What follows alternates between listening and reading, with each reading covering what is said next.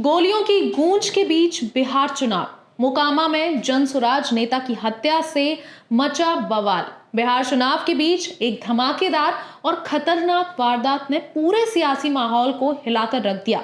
मोकामा में आरजेडी के पूर्व नेता और जनसुराज पार्टी के कार्यकर्ता दुलार चंद यादव की दिन दहाड़े गोली मारकर हत्या कर दी गई। बताया जा रहा है कि दुलार चंद यादव अपने साथियों के साथ चुनाव प्रचार में निकले थे, तभी कुछ अज्ञात हमलावरों ने अचानक फायरिंग शुरू कर दी और मौके पर ही उनकी मौत हो गई।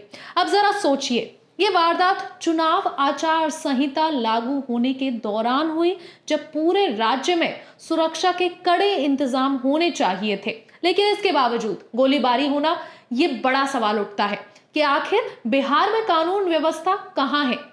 क्या अभी भी राजनीति के मैदान में गोलियां और गुंडागर्दी ही आखिरी हथियार बन गए हैं? तेजस्वी यादव ने इस घटना पर सीधा हमला बोला है। उन्होंने प्रधानमंत्री नरेंद्र मोदी और मुख्यमंत्री नीतीश कुमार दोनों को घेरते हुए कहा, जब बिहार में लोकतंत्र के सिपाही मारे जा रहे हैं, तब दिल्ली और पटना दोनों चुप क्यों है? तेजस्वी का आरोप है कि ये सिर्फ एक हत्या नहीं, बल्कि लोकतंत्र पर हमला है। वहीं सत्ताधारी पक्ष ने इस पर सफाई दी है कि ये दो समूहों के बीच आपसी झड़प थी। लेकिन जनता पूछ रही है, क्या हर चुनाव के समय ऐसी आपसी झड़पें ही लोगों की जान ले लेती हैं? अगर ये आपसी झड़प है, तो फिर ये आपसी झड़प सिर्फ विपक्षी नेताओं के साथ ही क्यों होती है? अब जनसुराज के समर्थकों में जबरदस्त गुस्सा है।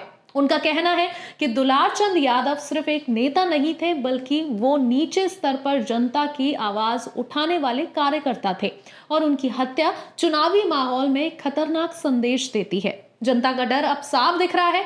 अगर नेताओं को सरेआम गोली मारी जा सकती है, तो आम मतदाता कितना सुरक्षित है? इस घटना के बाद इलाके में तनाव फैल गया है। पुलिस भारी तैनाती में है और जांच शुरू कर दी है, जो कि हमेशा होती है। लेकिन बिहार की जनता अब ये पूछ रही है, क्या वोट डालने का मतलब अब जान जोखिम में डालना बन गया है? क्या ये वही बिहार है जो विकास की बात करता है? यहाँ हर एक पर्सन जो आईएएस की तैयारी कर रहा होता है, लेकिन बिहार लौट आया है जहां बुलेट से पॉलिटिक्स चलती थी, बैलेट से नहीं। प्रधानमंत्री चुनावी भाषणों में पुराने मुद्दे उठ रहे हैं, लेकिन अपने ही शासन में हो रही हिंसा पर खामोश हैं।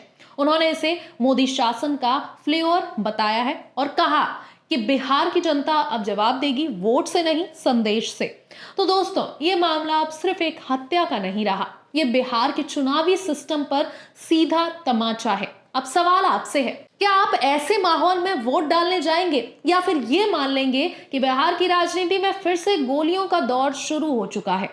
मोकामा की गोलीबारी में सिर्फ एक नेता नहीं, लोकतंत्र घायल हुआ है। ऐसे ही और अपडेटेड बिहार इलेक्शन न्यूज के लिए हमारे चैनल एच न्यूज को फॉलो और सब्सक्राइब जरूर कर लीजिएगा।